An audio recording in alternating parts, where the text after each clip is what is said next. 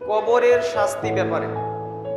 তারই ধারাবাহিকতায় আজকেও কবরের শাস্তি, কবরের প্রশ্ন উত্তর, কবরের শাস্তি থেকে বাঁচার কিছু মাধ্যম সম্পর্কে আমরা জানবো ইনশাআল্লাহ।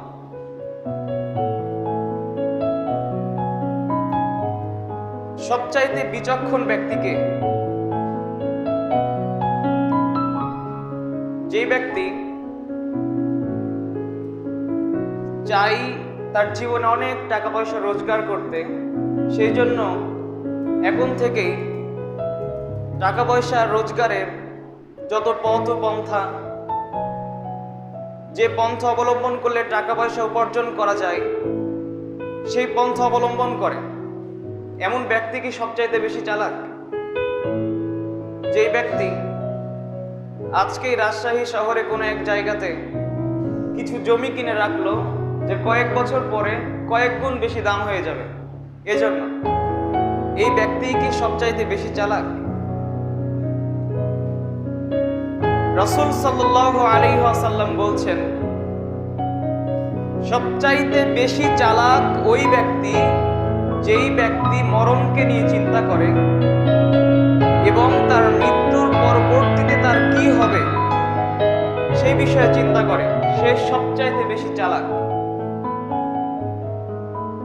এমন ব্যক্তি চালাক নয় যেই ব্যক্তি কোনো কাজ করার পরে চিন্তা ভাবনা করে যে কাজটা করলাম এই কাজের ফলাফল কি হতে পারে। কথা বোঝাতে পারিনি।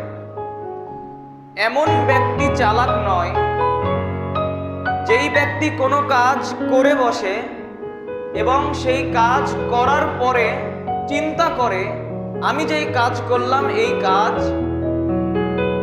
কি ফল এনে আনতে পারে, এই কাজের ফলাফল কি হতে পারে।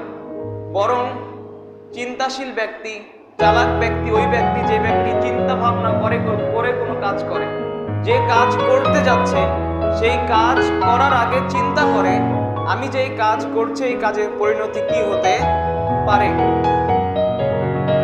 আমরা যে পৃথিবীতে অবস্থান করছি, পৃথিবীতে অনেক আনন্দের সাথে ভোগ বিলাসিতার সাথে রয়েছি, তো আমাদের এমনটি চিন্তা করা উচিত এবং কোনো বিচক্ষণ ব্যক্তির এমন চিন্তা করা উচিত যে আমি যে পৃথিবীতে অবস্থান করছি, আমি যে মৃত্যুবরণ করব, তো মৃত্যুবরণ করার পরে আমার যে চিরস্থায়ী আবাসস্থল রয়েছে সেই জায়গাতে আমি কেমন থাকবো, ভালো থাকবো নাকি খারাপ থাকবো।